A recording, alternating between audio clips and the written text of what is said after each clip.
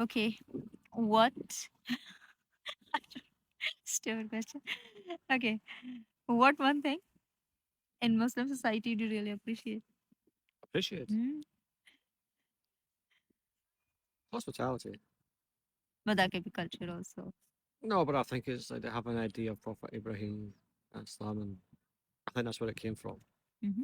This culture of hospitality, and it's generally something that somehow you do find in all Muslim societies. So I think it is something Giving her, yeah. that you can give a credit to Muslims generally. If it's Southeast, Europe or North Africa or Sub-Saharan Africa or South Asia or even Southeast Asia, I think they all tend to have this one thing: Hmm. this hospitality and the guest and Hmm. treating the guest with like honor and being like generous. Okay. I think it's in its highest forms in those Let's do the second one then. places that are like Muslim. Uh-huh, uh-huh. Okay, let's do the second. Which one thing you hate in Muslim society? Not hates, I think, and this isn't just a personal thing. I think some people have also noticed it is that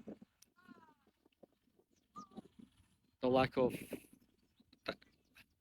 you can say diversity to a certain extent. Like Muslim world has become slightly homogenized in terms of its beliefs over the last say 100 years because I think there's been a sort of No, that doesn't come in unity.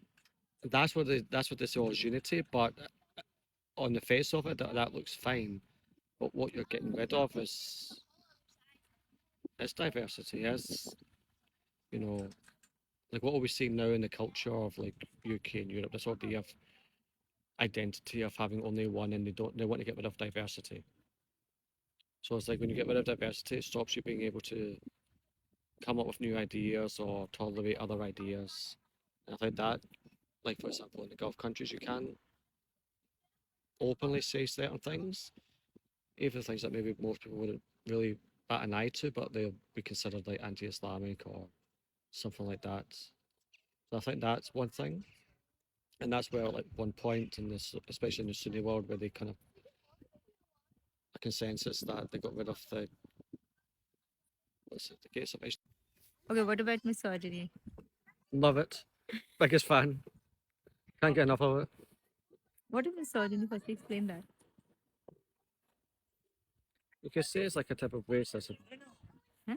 It's like a type of racism, but of men directed towards women. Hmm.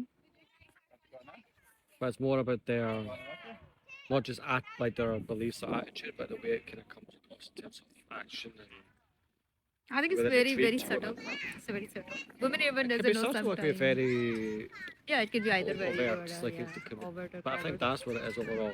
Mm. Um, The beliefs. but beliefs, but then it's like that you can say that's like sexism, but misogyny is like kind of I think also includes the whole package of like behavior and the way and tools that men use to have power or control women. Mm. I think that's all kind of wrapped up in misogyny. Should we not do a series on a misogynism by using religion?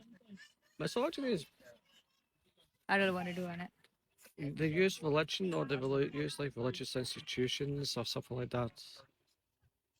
Overall, Not I every think. religion has been misogynist. Not every, No, it's not. I but think religion's being used. I don't think so. Any religion because religion always gives you humanity, and I think as soon as you become misogynist, you're not human. It goes down to a certain level. You're not treating other human equally, I think regardless there of the can gender. be certain. I mean, if you're being completely honest, I think there can be some verses, for example, in the Bible that you could probably argue are like what we would term as being misogynistic now. I don't think you can really get away from that fact. Um, But the thing is, Bible is written by the men, not by the.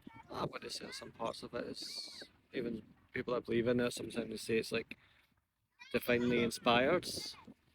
Okay, But, divinely but again, inspired. it's a religion, right? So Then it's not again, like. you can say like all the. But I think it's not just that. I think if whatever you have in front of you, like there's even verses in the Quran that How do you people interpret it? exactly.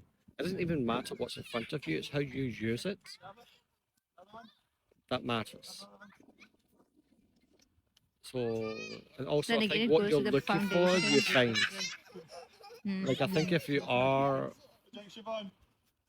inclined to being like misogynistic, I think you'll naturally find those interpretations or translations of certain verses that Satisfy support your. that. Whereas if you're not, then you can find the other ways of interpreting those verses.